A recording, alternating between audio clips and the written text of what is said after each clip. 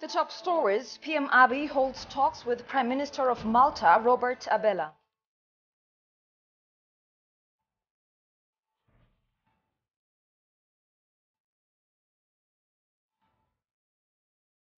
And a researcher says inclusive constitution is critical to correct the ongoing socio-economic and political vacuum in Ethiopia.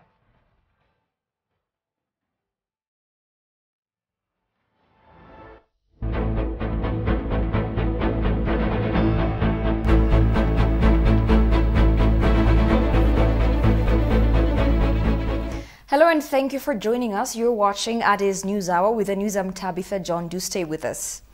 Prime Minister Abiy Ahmed and the Prime Minister of Malta, Robert Abela, with their respective delegations held a bilateral meeting. Prime Minister Abiy Ahmed and First Lady Zinash Tayacha were welcomed this morning in an official ceremony by the Prime Minister of Malta, Robert Abela. During the discussion, bilateral relations were explored, including on ways to enhance cooperation in trade, investment, tourism, maritime, logistics and security. Prime Minister Abiy expressed gratitude to the Prime Minister of Malta and his government for the warm welcome.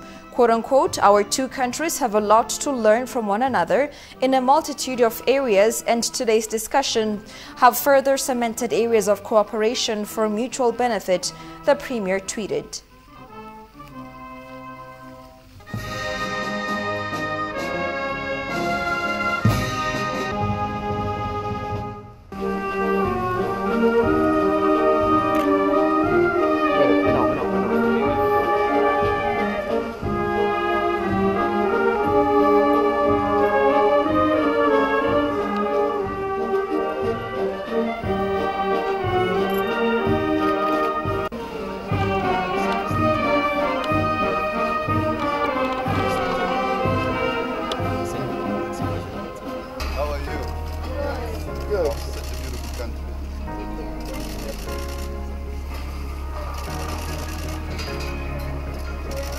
I was seeing you waving, but I couldn't wave back.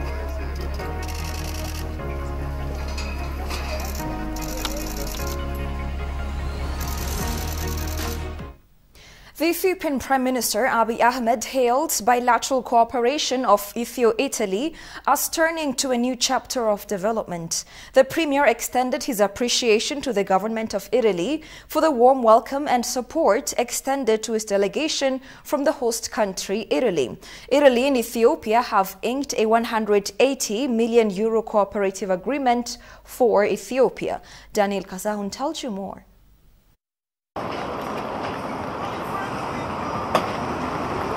The Ethiopian Prime Minister Abiy Ahmed, accompanied by his heavyweight government delegation, have enjoyed extraordinary official visit in Italy.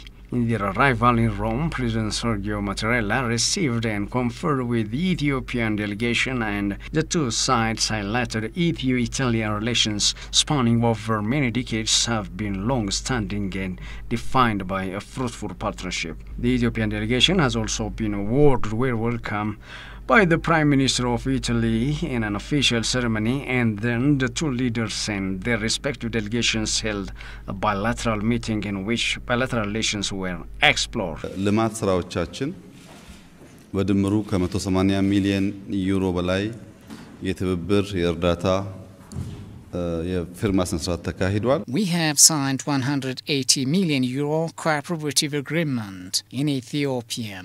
Salini and Varnero are doing fundamental development infrastructures. You have always stood by our sides in our challenging times. We want to do the same. You have accorded us a remarkable reception. My gratitude goes to the Prime Minister for the warm welcome accorded to the Ethiopian delegation. Today's discussions have further cemented areas of cooperation for mutual benefit. This is a plus and writing a new chapter in the bilateral relationship between our two countries. Your commitment to Ethiopia's development strides is a great lesson to other nations. The Premier has also conferred with Prime Minister Giorgia Meloni, and she indicated candid discussion between the two sides is instrumental to beef up bilateral relations of the two sides to a higher level. በኢትዮጵያ ሁሉን አቀፍ ድጋፍ ለማድረግ ዝግጁ ነን። We had nice deliberations to chart a better chapter for further relations. We will continue to actively support partnership with Ethiopia. During a positive meeting with Abiy Ahmed, I discussed more cooperation in the aviation, maritime, and artificial intelligence sectors. This is advantageous to both nations and our economic growth. The Ethiopian Minister of Finance, Ahmed Shide, for his part accentuated the signing of cooperative agreements between the two sides is a plus to Ethiopia to pursue its development agendas in a better manner.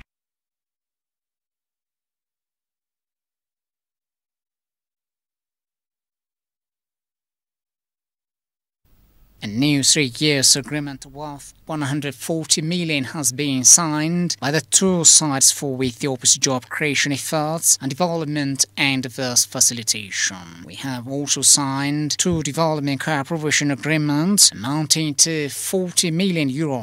This is really so helpful and a plus to ensure the aspired homegrown economic reform program of the country.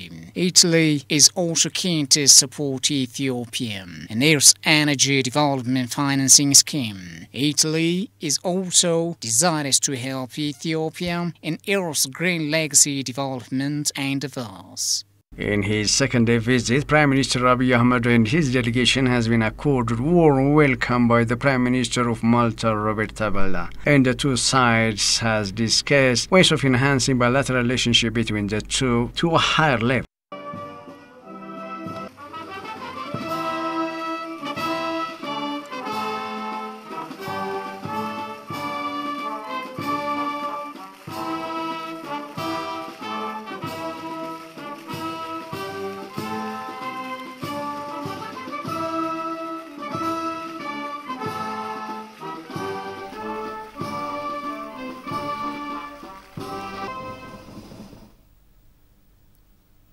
The foreign ministers of Germany and France have expressed keenness to reinforce bilateral ties of their respective countries with Ethiopia. Ministers of France and Germany, they have great concern. The Ethiopian Prime Minister Abiy Ahmed leaves no stones unturned. Prime Minister Abiy Ahmed and First Lady Zinash Tayacho hosted a Christmas luncheon in laboratories in Tanzania and Nairobi. And Yalen's travels, according to PBS News Hour, will take her from business incubators for entrepreneurs in Senegal. Today, we welcomed the newly appointed Chinese Foreign Minister, King Gang. It's a unique and spectacular ceremony that must be preserved. And the people are coming and showing their interest about how to celebrate Epiphany.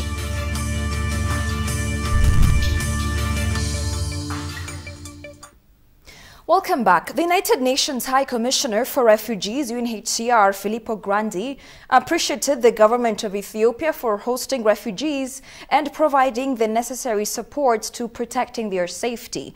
The High Commissioner has visited Alamwaj refugee camp located in northern Gondar zone of Dabat town in Ethiopia. Kasahun Chane has the details. High Commissioner for Refugees Filippo Grandi extended gratitude to the government of Ethiopia for its support in providing land to be used by the refugees and allowing them to settle them. His media briefing following a visit, Grandi has commended the support being provided by the government of Ethiopia to the refugees sheltered in a camp. I'm very grateful to the government for allowing refugees from Eritrea to settle here, and I'm very grateful to the local community as well for accepting these people. These are about 23,000 refugees. They used to be located in camps in Tigray that unfortunately got damaged or destroyed during the conflict. So it's good that now the refugees have a safe place to be at. Grandi also stated discussions have been conducted with representatives of the refuge together with the Refuge and Return Services Director General Tesfahon Gobazai. He also pledged to carry out efforts with a view to swiftly provide the necessary basic services in a camp. We had a constructive discussion. They gave us many requests which we will look at. Some of them concern improving the conditions in the camp. For that we need resources, and I will appeal to donors to give us more resources to do that. Other requests concerned refugees that are not here. Refuge and Return Service Director General Tesfahon Gobazai said for his part that currently more than 880,000 refugees from various countries are being sheltered in 22 different refuge camps in Ethiopia. From the side of the Ethiopian government, we have already adjusted a legal framework to choose refugees coming to Ethiopia. Therefore, the government has prepared land for these Eritrean refugees to settle them safely. Beyond these all government achievements, all the basic needs and services are being delivered to them by the efforts of the donor agencies like UNHCR, other UN agencies and the like. More than 28,000 refugees have been sheltered in the refuge camps located in the northern Gonta zone of Dabat.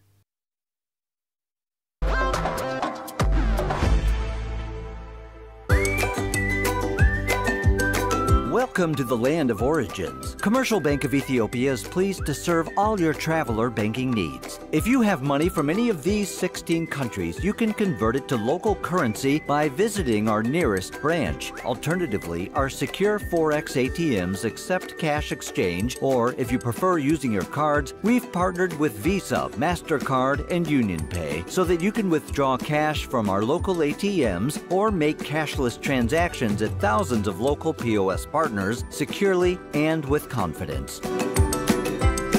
We are linked with more than 700 global banks through our direct SWIFT address, CBE Teta. We also work with 16 international money transfer agents, out of which Tune and World Remit enable you to make direct deposits into our savings and current accounts or our popular CBE Burr mobile wallet. Commercial Bank of Ethiopia, the bank you can always rely on.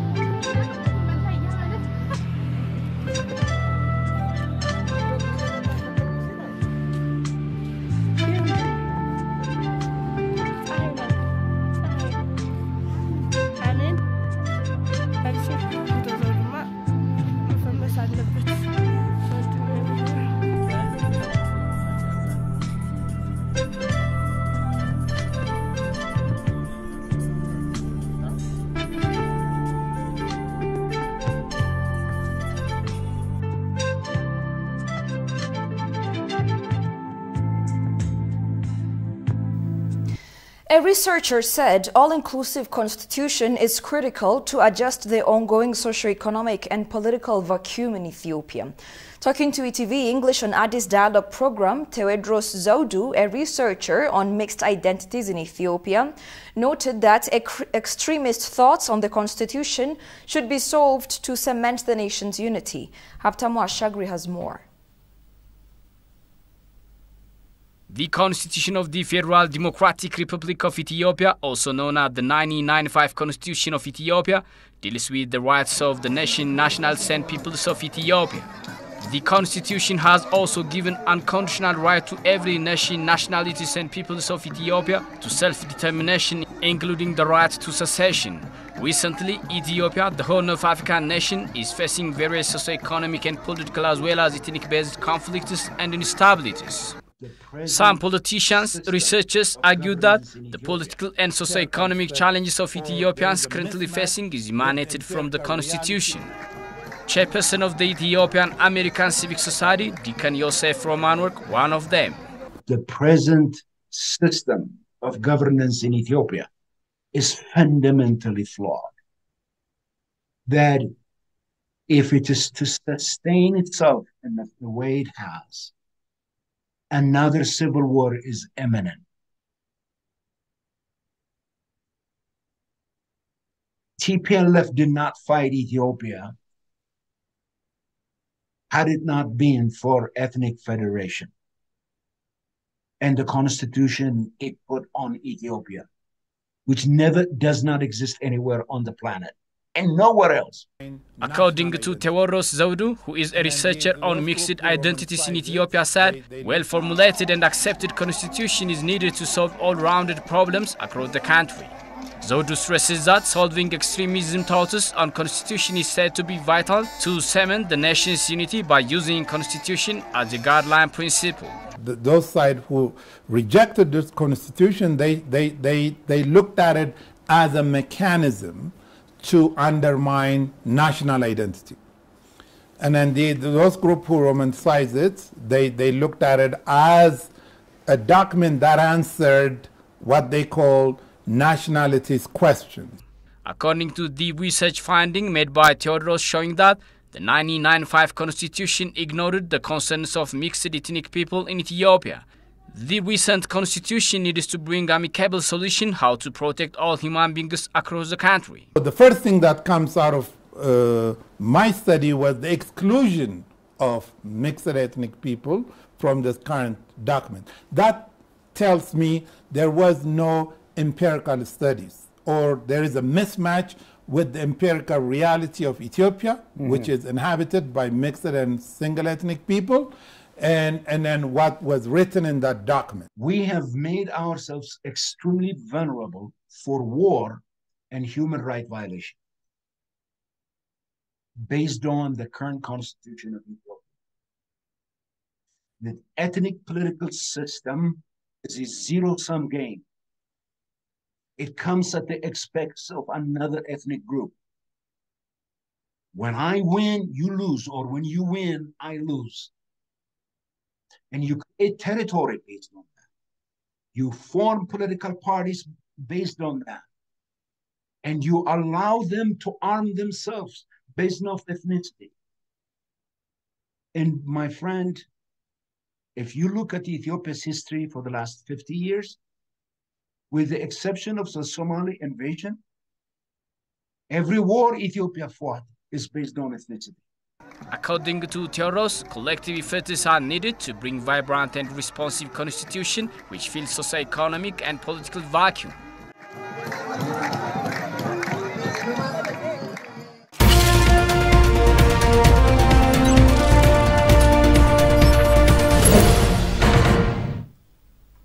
In business, Governor of the National Bank of Ethiopia, Mammo ምህረቱ, along with the Finance State Minister, Eyob Takaling, held talks with French Minister for Foreign Trade, Oliver Becht. The two sides have explored ways how to bolster trade partnership between Ethiopia and France. The minister further reiterated France's commitment to support the Ethiopian homegrown economic reform and rebuilding and reconstruction of war-ravaged institutions and infrastructures in the country.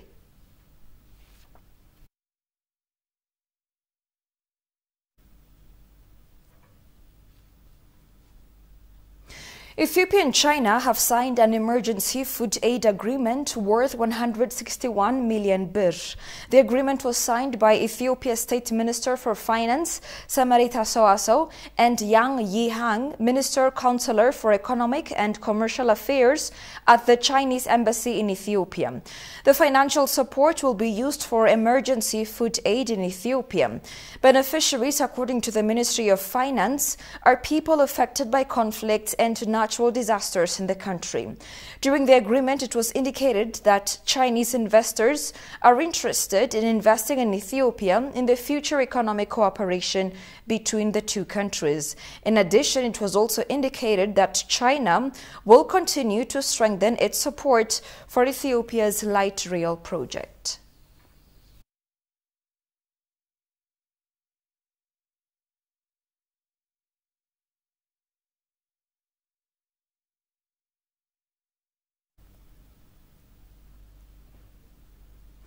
Ambassadors and development partners of various European countries have expressed their commitment to supporting Ethiopia's development plans.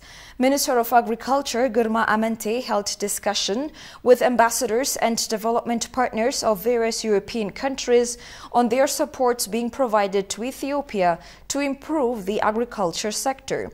The minister discussed with the ambassadors of Denmark, Norway, Netherlands, the European Union and representative of French Development Cooperation Agency and other development partners. During the discussion, ambassadors and representatives of development partners have expressed their commitment to further strengthen efforts in supporting the development of Ethiopia. They underscored that they will continue to strengthen their support, especially in the agriculture sector, with a view to help smallholder farmers transform to commercial farmers. Minister of Agriculture Girma Amanté said on his part that the support of farmers partners in the effort to strengthen agricultural productivity and modernize the sector is crucial.